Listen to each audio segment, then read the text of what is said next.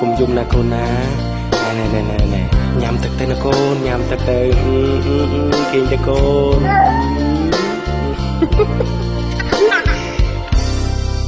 អតីតកាលបណ្ដាលឲ្យចិត្តមិនស្ងប់ចង់ឲ្យគ្រប់យ៉ាងត្រឡប់ចង់ឃើញមុខលោកពុកមានគុណអតីតកាលពុកខំលីសាយរែកពុនគ្រប់យ៉ាងពុកទ្រាំអត់ធន់ដើម្បីកូនបានដូចគេឯងញើដូចឈាមក្រំក្រៀមកុនដាលថ្ងៃក្តៅដល់ផ្ទះមិនថាយប់ជ្រៅតែងនៅនិបនិបប្រឡែក៏នៅតោលងលងព្រោះតែសំលេលោកពុកបំពេឲ្យគេលងវងវេក្រោមស្បៃរាត្រីតែពេលនេះបាត់លោកពុកបាត់ពុកឆ្ងាយពីភក្ត្រាបាច់ពុកទៅណាមិនស្ដីកូនស្រែកហៅរកលោកពុកទ្វីបលោកមិនប្រណី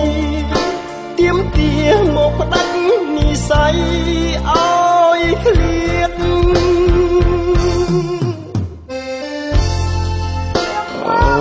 កូនពុកមកពុកណាកូនណាកូនឆ្លាតទីតកូនទៅកូនឆ្លាតណាកូនណាកូនធំឡើងធ្វើការធំណាកូនណា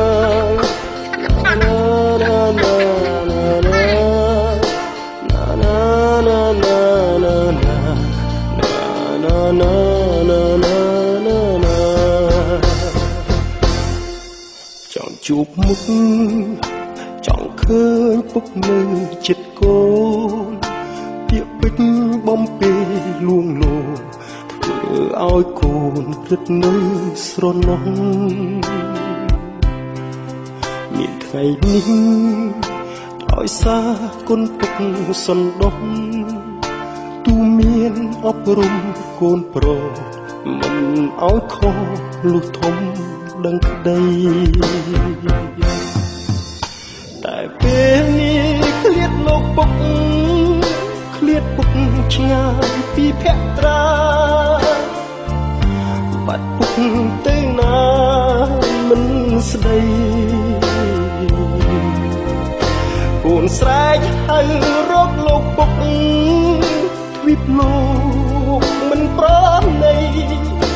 ទៀមទាមកផ្ដាច់និស័យឲ្យឃ្លាតលោកពុកបើសិនជាពុកឃើញខ្ញុំឃើញកូនបានល្អ